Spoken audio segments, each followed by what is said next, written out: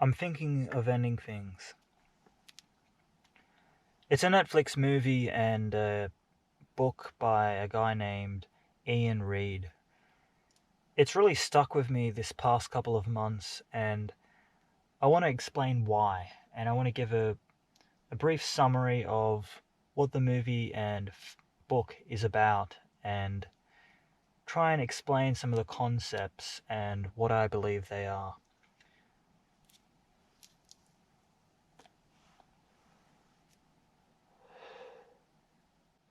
A brief summary of the film and book is that it's about a man that lives with regret. He builds this construction in his head to distract himself from suicide and the fact that he's really a lonely man. He deludes himself, and he deludes himself for so long that he has no other options left. And he decides to end the delusion in his head, and ending that delusion in his head results in ending himself, because without that delusion he has no will to live. Loneliness is far more dangerous than a giant shark or a crazy serial killer on the loose. It's a monster that actually kills more people, and it's something that almost every human faces. It's something that my generation can relate to a lot. In a way, streamers on Twitch like Pokimane, Valkyrie, and all the other parasocial relationships on YouTube and social media are a lot like the construction that the old man plays in his head, except these ones are a more our generation thing. The construction of an idea in your head, being imaginative, that's a boomer concept. Our generation, they just watch YouTube videos and social media to get that form of parasocial connection, and it's far more prevalent because it's so much more easier to do. You don't have to be imaginative to create such a concept. The reason why people like Pokimane and Twitch streamers are so popular is because there is such a because the audience of those people are a lot like the old man in the story I'm thinking of ending things. They construct what's not necessarily they even construct. They kind of they kind of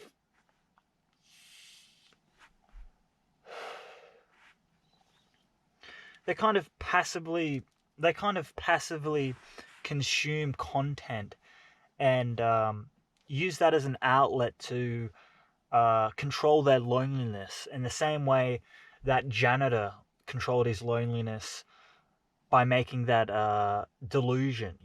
They're both deluded in a way that's very poignant, that's tragically sad, because the person who consumes 100 hours of Pokimane content and TikTok content is effectively the same as the guy who builds a fantasy in his head about a girl he likes, or a girl he never got to talk to, and he imagines all this stuff in his head.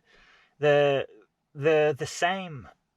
They really are the same, except I guess you could say the Twitch and social media concept, the e-girl and the e-friend is more real because it's actually in the material world. It's not something that's imagined in someone's head. It's and that's why it's so much. What I'm trying to say is that it's a monster. It is a monster like it's a loneliness.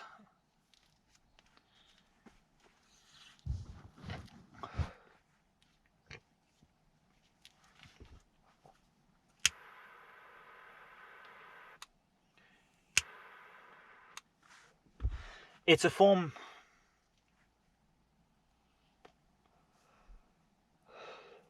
It's a form of loneliness that's the same and that will inevitably lead to similar outcomes.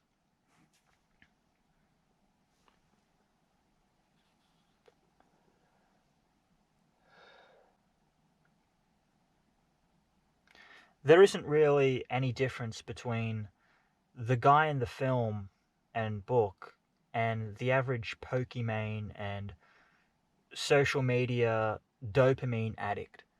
They're one and the same. And the consequences of the book, the outcome, is probably the same as a lot of these people who watch 100 hours of Pokimane or Valsh or Hassan or Valkyrie or Toast.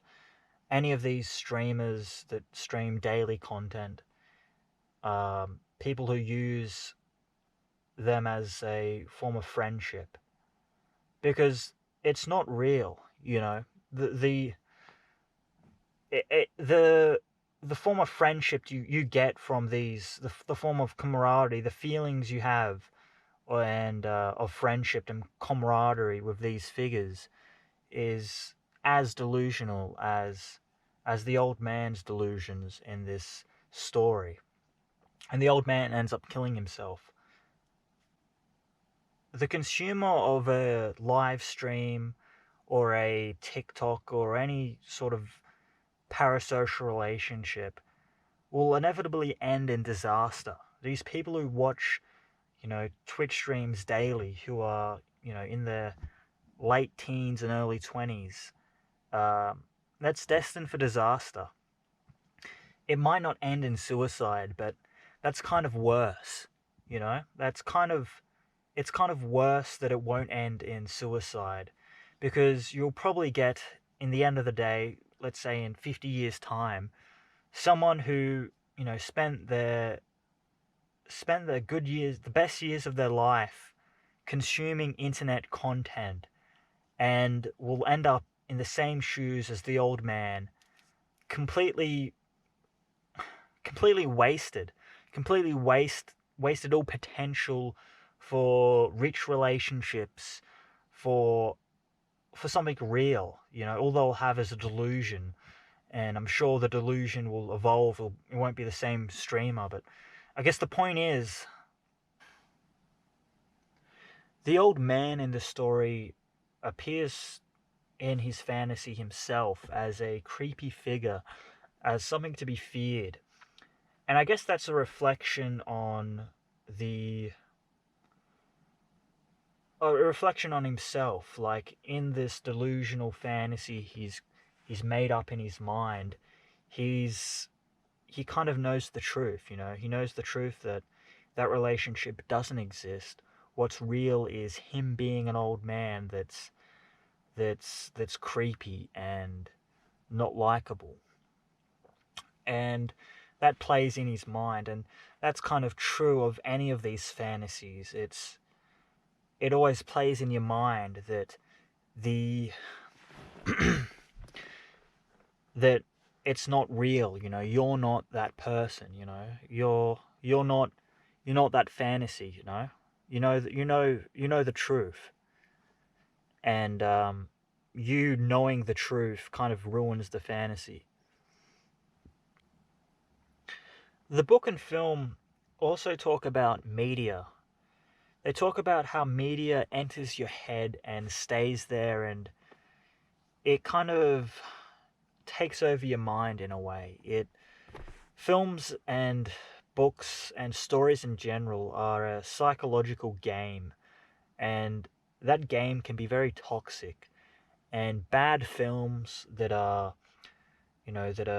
very, very cliche written and unrealistic, they can really warp your mind and warp your psychology, and you can have a view of the world that is very damaging to yourself, and gives you unrealistic expectations and makes you entitled to things that are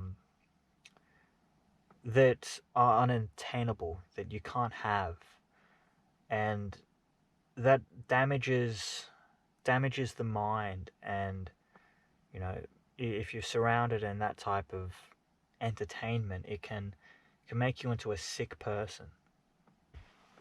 The book reveals the nature of parasocial relationships and the damage they cause. And it is a warning to us all to find relationships that are real, that involve you interacting with the person in a level that's not online.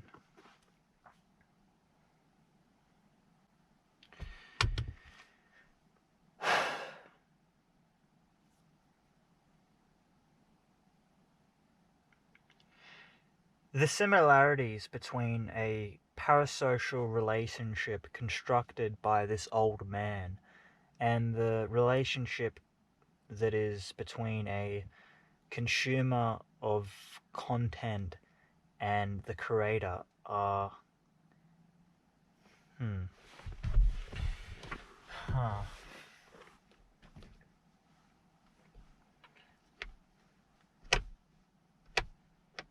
the relationship between a content creator and a content consumer are not too dissimilar to that of the delusions of a madman with nothing left to lose. They both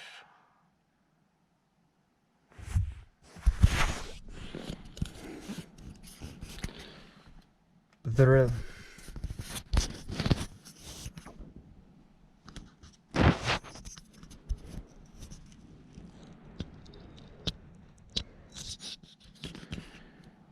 relationship between a content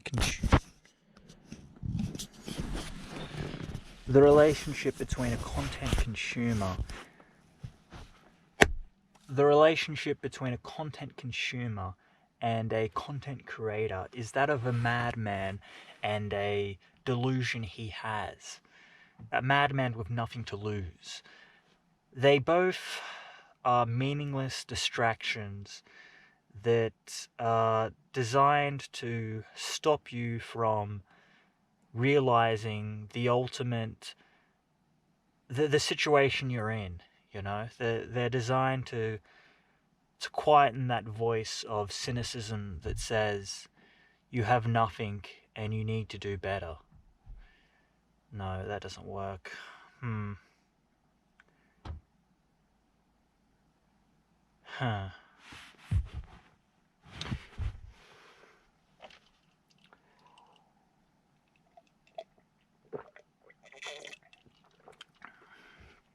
I guess what I'm saying is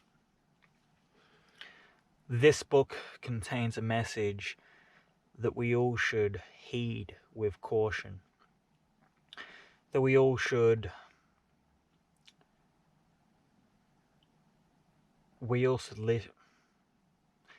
This book contains a message we all should listen to.